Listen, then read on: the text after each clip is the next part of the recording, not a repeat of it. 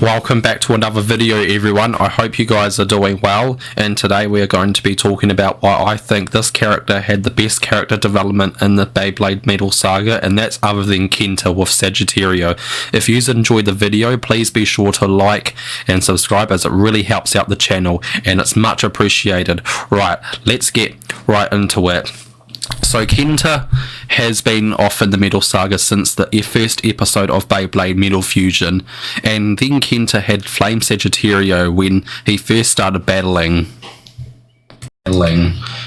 Kenta wasn't the best, and he could only face other kids with bays that were similar to his skill level. And then for anyone who watched the Metal series, we know that Kenta gets bullied by Benkei and his gang, and they all try to battle against Kenta and was trying to beat his bay. And then all of a sudden Jinga and Storm Pegasus came and saved Kenta, and then Kenta and Jinga started becoming really good friends, and I could really see that to tell that Kenta really looked up to Jinga and Pegasus, and I could see Kenta really wanted to improve with Sagittario, and then he did win his first battle against Hikaru and Storm Aquario.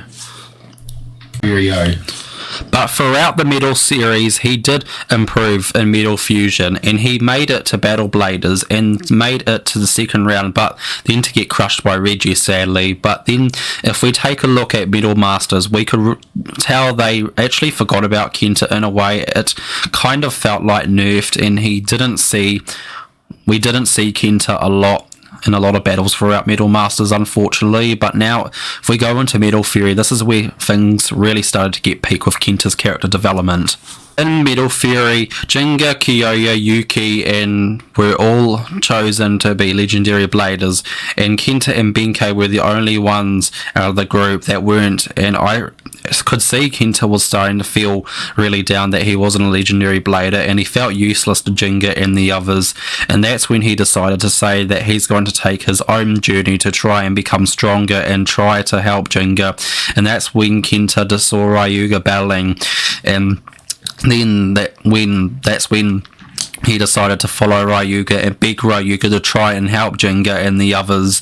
But as we know, that was not an easy task to achieve, so Kenta literally had to follow him everywhere he went, wherever it was the forest, big snowy mountains, big climbing, big cliffs. He literally took on some of the toughest training that I've seen him do. He was so determined not to give up, and throughout the training, Kenta and Sagittario, I could see a massive improvement when he took on Tsubasa in Beyblade Metal Fury episode 13, and also when he took on Jinga and Metal Fury as well. Even Jinga had to look out for Kenta's new special move, Diving Arrow, I think, but Kenta still didn't have much control over his special move at the time. But then a few episodes later, he took on Ryuga and El Drago Destructor, and Kenta really did put up a fight against Ryuga there.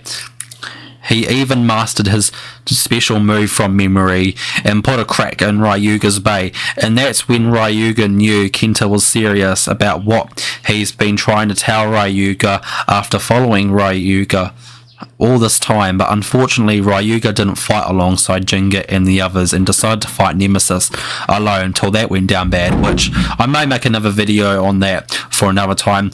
But then Kenta wanted to try and get revenge on Rago, even though Kenta had trained a lot with his bay. But unfortunately, due to him not being a legendary blader at the time, it wasn't enough to defeat Nemesis, and Flame Sagittario was almost broken until Ryuga stands up one last time to give his legendary power to Kenta, basically saying it was for a brief shining moment and I became serious, I promise, take it, Kenta, showing the series and showing everyone around Kenta how much he deserved to become a legendary blader. And then he really started to show his full power that he's been training so hard to have, and then he really started to give Nemesis a fight, and that's why I think Kenta had the best character development out of the show, and probably my favourite character development out of the Metal series. So well done to Kenta, for a kid that used to get bullied to becoming a legendary blader and becoming a lot stronger and stronger was just amazing to see.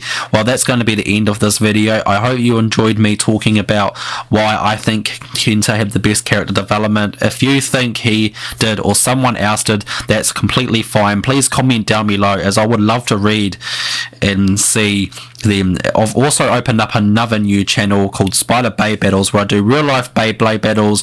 If you want to check that out, that would be really appreciated, and I'll see you guys soon. Goodbye.